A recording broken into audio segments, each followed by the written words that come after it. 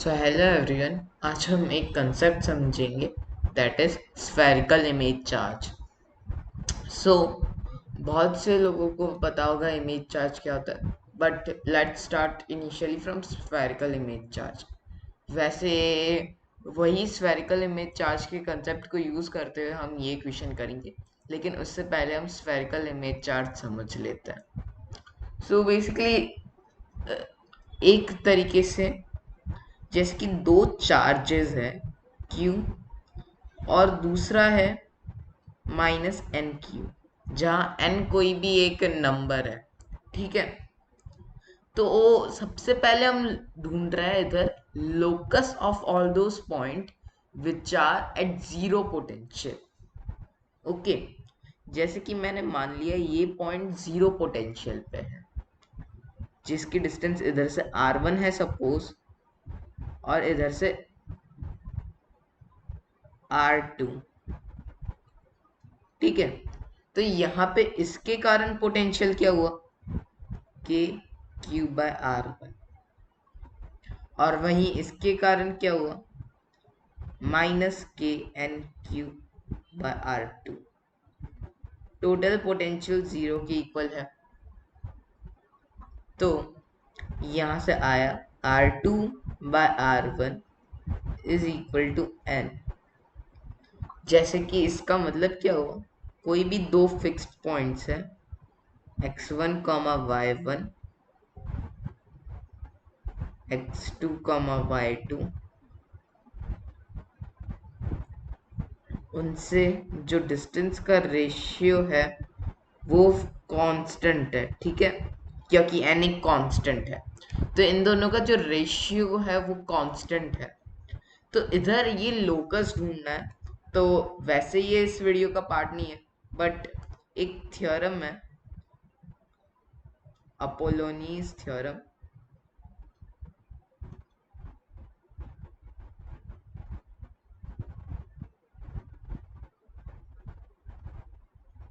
Which says कि जब दो आर्बिटरली फिक्स्ड पॉइंट से जो डिस्टेंस का रेशियो होता है वो कांस्टेंट है, तो इसकी जो लोकस होगी it will be a sphere. Okay, जैसे कि जो R2 और R1 का रेशियो है वो वो कांस्टेंट है, तो उनसे एक स्क्वायर बनेगा। तो सपोज जैसे कि इधर हम n=1 का केस लेते हैं ना, n=1 is a very special case of this. और n=1 में क्या हुआ, ये चार्ज q है, ये चार्ज -q है, और उस केस में क्या होता है, असलियत में जीरो पोटेंशियल का जो लोकस होता है वो उस केस में पूरा एक ऐसा स्ट्रेट लाइन बन जाता है। R1 और R2 सेम हुए इसलिए इधर भी R1 दिखाया, पूरा ये स्ट्रेट लाइन। तो जैसे कि ये प्लेन के अंदर जाता हुआ एक प्लेन बन गया, जो कि ऐसे इसके अंदर अंदर जा रहा है। सो इस वे में मैंने रिप्रेजेंट किया जीरो पोटेंशियल। तो इसका मतलब क्या हुआ, एक तरीके से ये जो इनफाइनाइट प्लेन बन रहा है ना, वो स्फेयर ऑफ इनफाइनाइट रेडियस हो गया एक तरीके से। ओके, बट इसका हमारे इस प्रॉब्लम से क्या रिलेशन। ओके, लैप्लास ने थ्योरम दी थी, जब बाउंड्री कंडीशंस फॉलो हो तो आप थिंग्स को रिप्लेस कर सकते हो। उसको मैं अभी एक एग्जांपल से दिखाता हूँ तो आपको समझ में आएगा। जैसे कि एक चार्ज क्यू है और यहाँ पे एक नीचे एक ग्राउंडेड प्लेट है। ठीक है, यहाँ पे चार्ज क्यू है और यहाँ ये एक ग्राउंडेड प्लेट है। तो इस चार्ज क्यू पे फोर्स कितना लगा होगा इस ग्राउंडेड प्लेट के कारण, ये आपको पूछा है। सो ये आप कर नहीं सकते नॉर्मल वे से। तो इधर जस्ट हमने देखा था कि जब दो चार्ज सेम हो Q और -Q, तो उनके बीच में जीरो पोटेंशियल वाला जो प्लेन होता है वो क्या होता है, एक पूरा ऐसा प्लेन जा रहा होता है अंदर।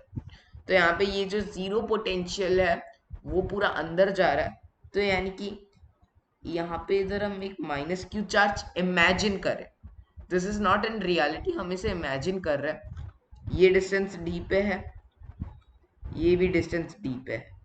तो देखो मेन थिंग क्या है कि एक तो इस पे पोटेंशियल जीरो है, हाँ यहाँ पे पोटेंशियल जीरो है, और दूसरा इनफाइनाइट पे पोटेंशियल जीरो है, हाँ इनफाइनाइट पे भी पोटेंशियल जीरो है।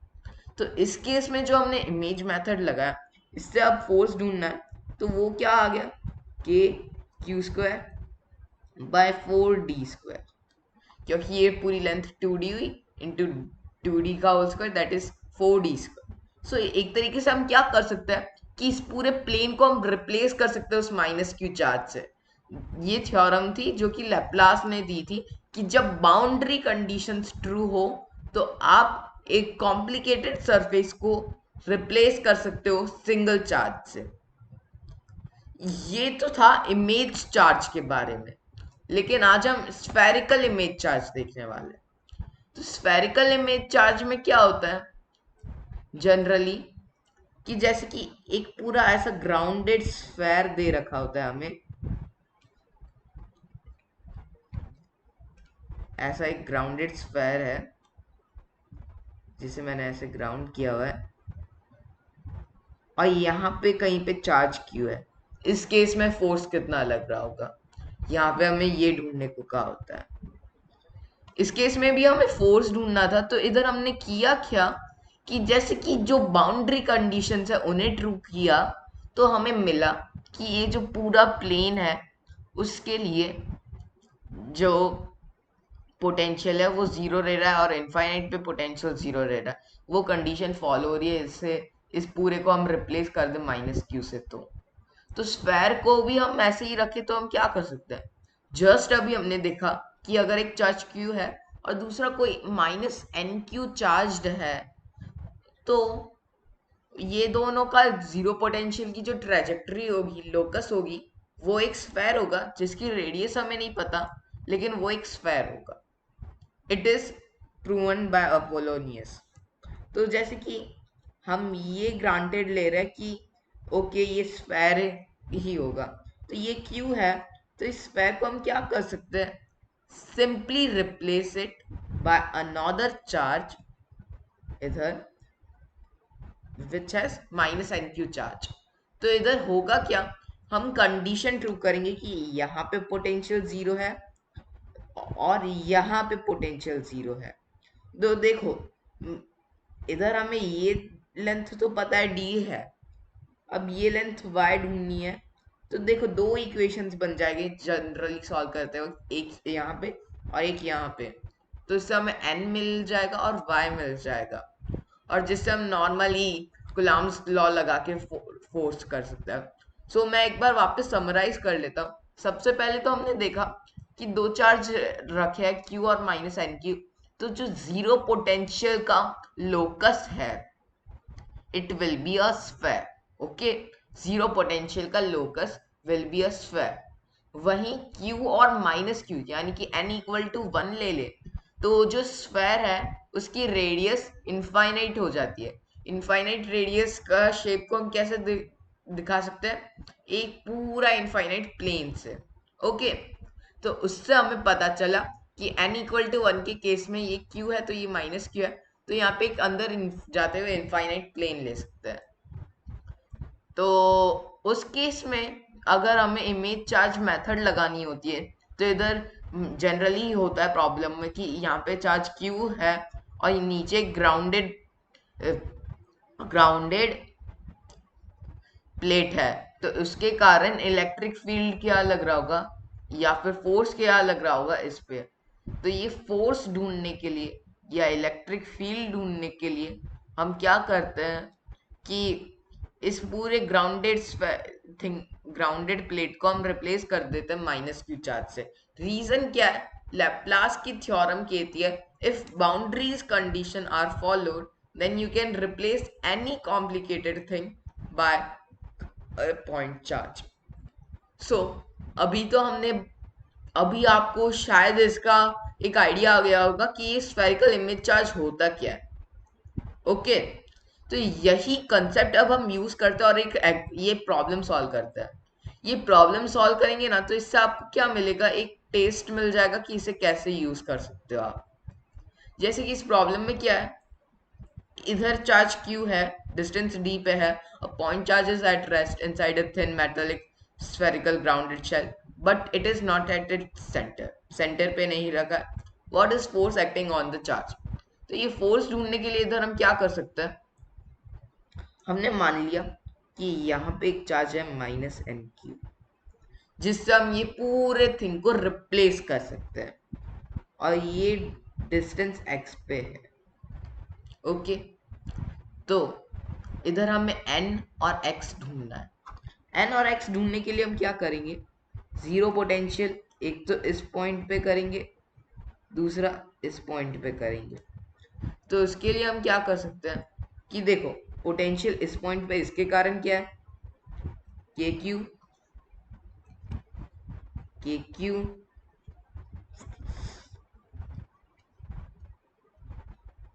अपॉन, देखो ये पूरी लेंथ r है, ये d है, तो ये के क्यू अपन r माइनस डी, और ये पूरा इसके कारण पोटेंशियल हुआ के एन क्यू बाय एक्स, ये पूरा जीरो के इक्वल होगा। तो यहाँ से के क्यू कैंसिल हुआ, तो फाइनली हमें मिला कि n is equal to x upon r minus d. But इधर हमें x नहीं पता है, तो इसी के लिए दो इक्वेशन बनाने के लिए हमने दो पॉइंट लिए थे। यहाँ पे तो पोटेंशियल जीरो करके देख लिया, अब हम इस पॉइंट पे देखने वाले हैं। इस पॉइंट पे पोटेंशियल जीरो करने के लिए जस्ट मैं थोड़ा सा नीचे कर देता हूँ। यहाँ पे देखो, इसके कारण पोटेंशियल कितना होगा q, ये डिस्टेंस कितनी है r प्लस डी, तो k q upon r plus d.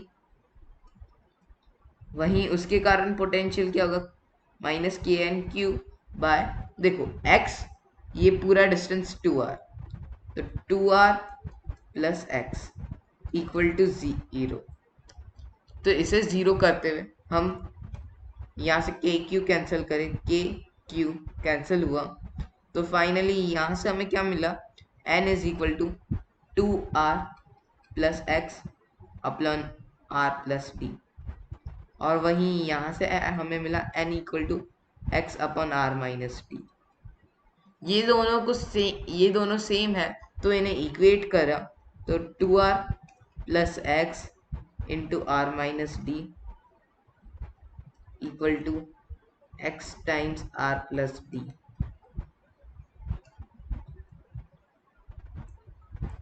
तो ये आया 2r² माइनस 2rd।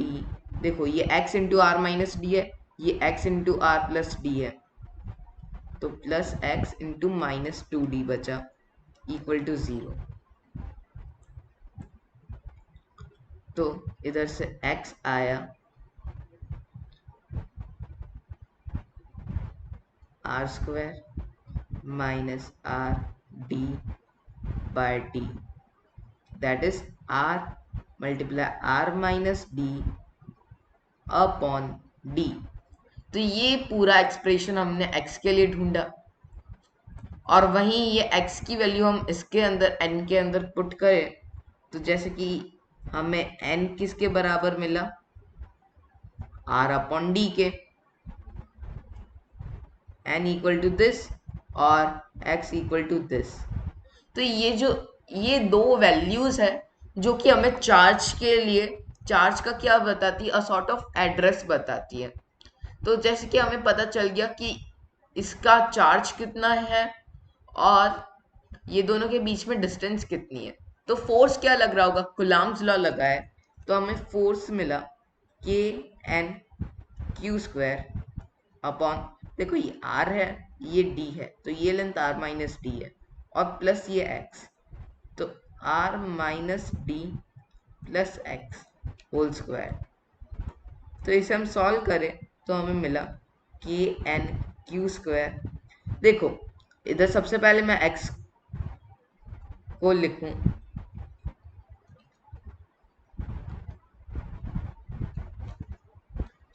x को क्या लिखेंगे हम, x जस्ट हमने कैलकुलेट किया था in terms of r and d कि क्या होगा, r into r minus d by d, r into r minus d by d whole square. तो ये सिंप्लीफाई होके क्या है, k n q square upon, देखो d से ऊपर नीचे मल्टीप्लाई हुआ तो r plus d r minus d, तो ये फाइनली फॉर्म किया r square minus d square into ऊपर डी स्क्वायर आ गया। और जो n है वो हमने कैलकुलेट किया तो किसके इक्वल आया था, r अपॉन डी के। तो r अपॉन डी इधर मैंने प्लग इन किया तो मेरे को मिला कि q square r d upon, देखो ये स्क्वायर था, sorry, r square minus d square whole square. So जैसे कि ये फोर्स का एक्सप्रेशन है, वैसे ये जो स्फेरिकल इमेज चार्ज है वो हमें हेल्प करता है प्रॉब्लम्स को इजियर बनाने में। ये एक एग्जांपल था स्फेरिकल इमेज चार्ज का, और जो कि हम नॉर्मली स्कूल्स में पढ़ते हैं image charge method, that is a special case of spherical charge. क्योंकि बेसिकली हमने इधर देखा कि n इक्वल टू 1 के लिए क्या होता है, जो स्फेयर है ना उसकी रेडियस इनफाइनाइट हो जाती है। और फिर जैसे कि इमेज चार्ज का एक सिंपल सा एग्जांपल बनाना है, तो जैसे कि यहाँ पे एक चार्ज क्यू लिया at a distance d from this grounded plate, तो इस पे फोर्स ढूंढना है। तो क्या कर सकते हैं कि बाउंड्री कंडीशंस को हम ट्रू करते हुए यहाँ पे एक चार्ज माइनस क्यू ले सकते हैं सेम डिस्टेंस d पे, क्योंकि यहाँ पे पोटेंशियल जीरो हुआ, इनफाइनाइट पे पोटेंशियल जीरो हुआ। और आपको खुद से ट्राई करना है अपोलोनीज थ्योरम को प्रूव करने का कि R2/R1 अगर एक कांस्टेंट के बराबर है तो जो लोकस है वो स्फेयर होगा। क्योंकि अगर लोकस स्फेयर है उसी को हम यूज करते हैं बहुत सारी प्रॉब्लम्स को इजीली सॉल्व कर सकते हैं। जैसे कि इधर लोकस जीरो पोटेंशियल का हम दिखाने जाए तो वो पूरा कुछ एक ऐसा स्फेयर आएगा इस टाइप का।